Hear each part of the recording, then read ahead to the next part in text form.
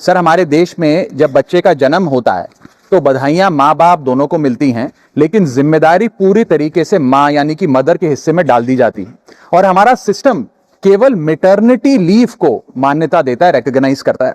यह एक societal failure है जिसे हमारे लॉज रीइंफोर्स कर रहे हैं। सर, कानून समाज का आईना होता है, और जब कानून में फादर यानी पिता की केयर गिविंग रिस्पॉन्सिबिलिटीज को मान्यता नहीं दी जाती है तो हम इंस्टीट्यूशनली यह संदेश दे रहे हैं कि पेरेंटिंग केवल मां की जिम्मेदारी, it is only and only the mother's job.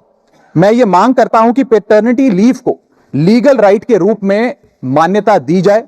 Care giving सिर्फ मां की जिम्मेदारी नहीं मानकर जेंडर डिवाइड को और गहरा नहीं किया जाना चाहिए।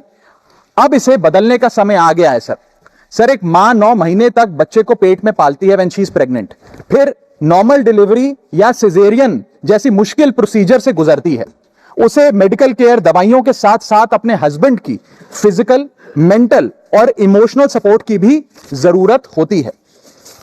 पति की भी बीवी के प्रति केयर गिविंग रिस्पॉन्सिबिलिटीज होती हैं, सिर्फ बच्चे के प्रति नहीं। और ऐसे समय में हस्बैंड की प्रेजेंस कोई लग्जरी नहीं सर, बल्कि एक नेसेसिटी है। आज केवल सेंट्रल गवर्नमेंट एम्प्लॉइज को ही 15 दिन का पैटर्निटी लीव मिलता है, जबकि प्राइवेट सेक्टर में यह राइट या अधिकार है ही नहीं। स्वीडन, आइसलैंड और जापान जैसे देशों में यह लीगल राइट 90 दिन से लेकर 52 हफ्तों तक की गारंटीड राइट के तौर पे दिया जाता है। भारत में 90% वर्कफोर्स प्राइवेट सेक्टर में है, यानी कि अधिकांश पिताओं के पास यह अधिकार है ही नहीं।